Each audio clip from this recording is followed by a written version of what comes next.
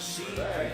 We're back again. Back again. Once again. For another installment. Yeah, it's for an install this one instead of just performing it or whatever. I'm Mike McAdoo. Jim Perkins. Yes, I'm McAdoo Perkins. That's right. Yes, we have plenty of these. Yeah. Yeah. Well, yeah. We should, But all over the wall. that's what we should do. That's what they're good for. Mm-hmm. And you play Taylor guitars. You're I actually do. endorsed by them, I aren't am you? endorsed by Taylor. Yes, I am. Huh.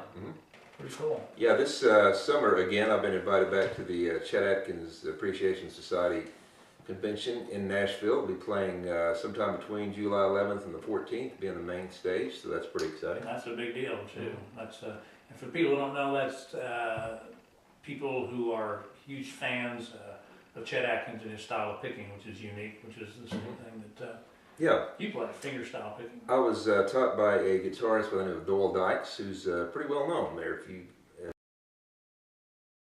ever heard of Doyle Dykes, he's right up there with Tommy Emmanuel. They're kind of the two big stars there. But anyway, Doyle showed me how to finger pick years ago.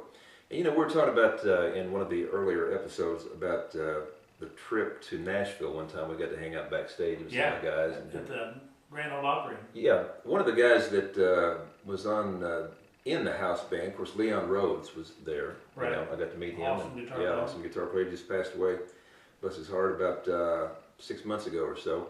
But we also met Joe Edwards, and the reason I bring that up, he was part of the staff band there, the Opry.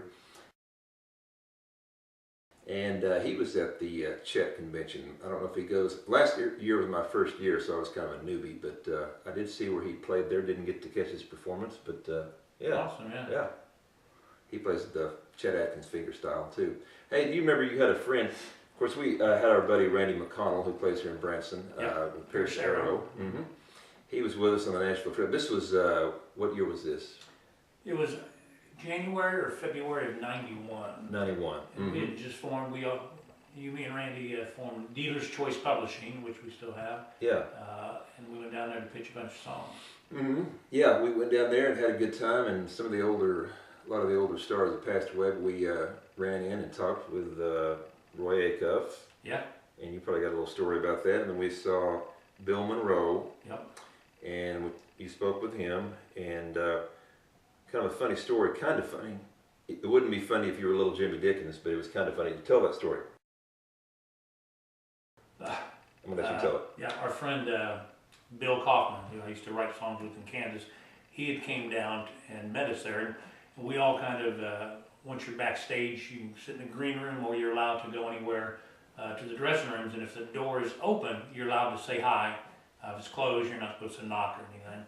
And boy, Bill was just a huge little Jimmy Dickens fan. Is that right? A big little Jimmy Huge little fan. Jimmy Dickens, yeah. But he was. Oxymoron, but yeah.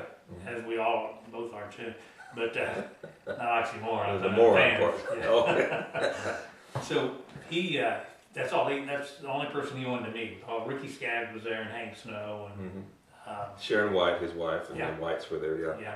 And that's all he wanted to do was meet little Jimmy. So he went on his own as soon as we got there, and he went to his dressing room, and his door was open, and so he stuck his head in.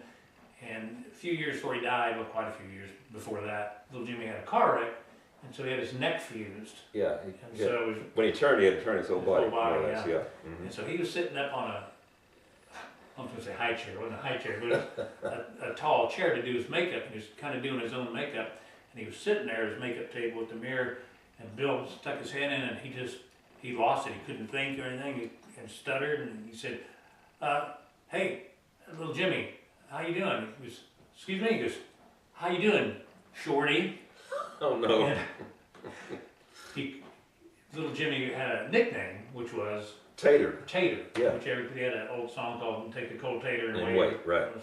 And so his nickname was Tater, and my friend Bill just couldn't think of it at the time. He kept thinking it was Shorty, just because once you see him, I mean, he is very short. Right. And so his mind just went to jelly, and he goes, and little Jimmy said, "What?" He goes, "Hey there, Shorty."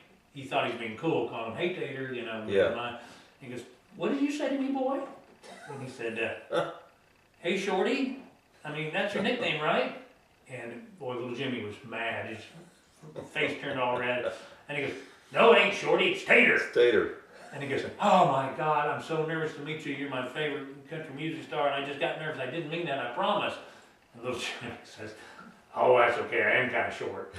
And so they kissed and made up, and he came back almost in tears to tell us about it. He was so upset. Yeah, well, it's funny to me now, but it wasn't so funny. Oh, at the time, no, it was just. Yeah, and you went and heard, you went in Bill Monroe's dressing room, and he'd just written a new song or something that day. He was going to perform it that night on Opry. Randy McCollum and I were popping around to the dressing rooms and heard music, and went and poked our heads in, and Bill Monroe and his band was sitting around a sofa and all playing, and just amazing. And we just kind of said hi, and he waved us in and said, "Come sit down." And we're like, "Oh no, you guys rehearsing?" He goes, "Come sit down now." Like I didn't take no for an answer. So we both went in and sat there and finished it up, and both just gushed what a great song that was. And I had never heard it. He goes, "No, it's brand new. I just wrote it last week. It's our first time performing it for anybody." And he knew Shoji real well. We told him there was Shoji's band, which we were at the time. And everybody knew Shoji. Yeah. I mean, there that night. Roy Acuff, of course, fiddle player himself. Yeah. Shoji fan, I guess. Yeah, huge fan. When you hear Shoji's story, he used to tell, Roy Acuff is the one that got him interested in country music. He came to Japan and put on a concert, and his first time he got to see a live country music show, and Roy Acuff played fiddle. And Shoji fell in love with it, and that's when he started learning country fiddle. And so Roy was disappointed Shoji wasn't there. It was just us guys. And, yeah, he didn't want to see us. Not really. No, he wanted to see Shoji Nobuchi. That's great, but where's Shoji? Yeah. Yeah, where's he? And you got to meet one of your idols. We just talked about Leon. Leon Rose, yeah. Rose. He was on. He played like on every country album back in the day, didn't he? Yeah, and such a great player. And he played. I think he played the background music on the Hee Haw thing, where all the fast guitar playing every week, where you'd hear the yeah, what a talent that guy was. Of course, he played guitar for years with Ernest Tubb. Oh yeah, that's right. Yeah, that's right. And he actually had you play something for him. Yeah, I played a little tune. I was nervous, but I played a little tune for him. He should have been playing for me, but I played for him. So. Yeah, well later in front of the rest of the Opry House, he played for you. Yeah, that's true. Yeah. But yeah, it was. Saw a lot of people out there. Yeah, no kidding. Hey, we have a new album coming out, by the way, and we're still kind of talking about the name of it, but it's going to be a classic country CD. Be some stuff from the 1990s, maybe even the early 2000s, but more on the classic side. We've got Cheatin' Heart on there. We've got Poncho and Lefty, and in fact, you're going to do a tune here. What's the artist's name? Yeah, Joe Nichols. Joe Nichols, Broken Heartsville. Broken Heartsville, yeah, great song, and I don't have a super high voice, as you remind me all the time. 2, 3, 4.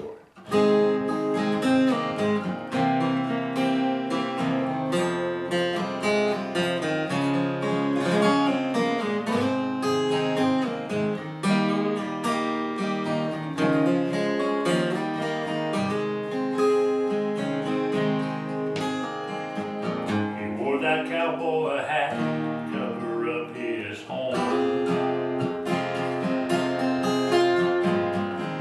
Good looking smooth talker had an easy charm. When I turned around, that girl was gone. All I could say is, bartender, pour me something strong. Just either pass, they can kiss my glass. I hope that she's happy with him. Just either girl who read my world, that angel that did me in. I think the devil drives a Cupid wheel. I watch him drive away right over the hill.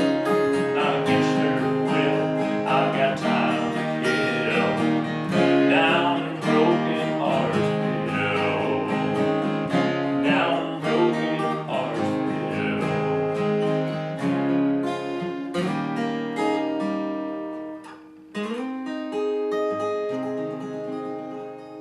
Yeah, I like that. Made me sad though. See that little tear come out of your eye there? No, that's yeah, that's a tear. That's a tear. Yeah. Until next time, McAdoo Perkins. Thanks. Yep. We'll see you then. Bye. Yeah, I need a haircut for one thing. 2, 3.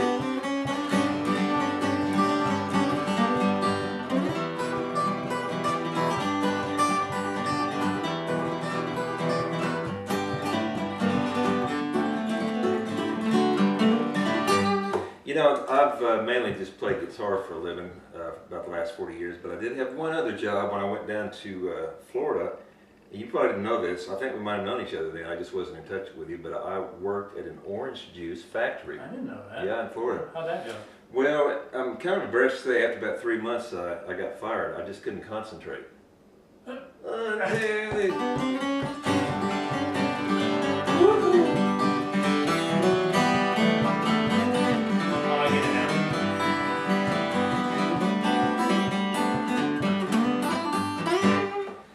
You know, my wife is such a bad cook. She is? Yeah, she's a terrible cook. I actually left some dental floss on the kitchen counter, and I came in the next morning, all the cockroaches had hung themselves. Yeah. Cockroaches had hung themselves. Hung themselves. 1, 2.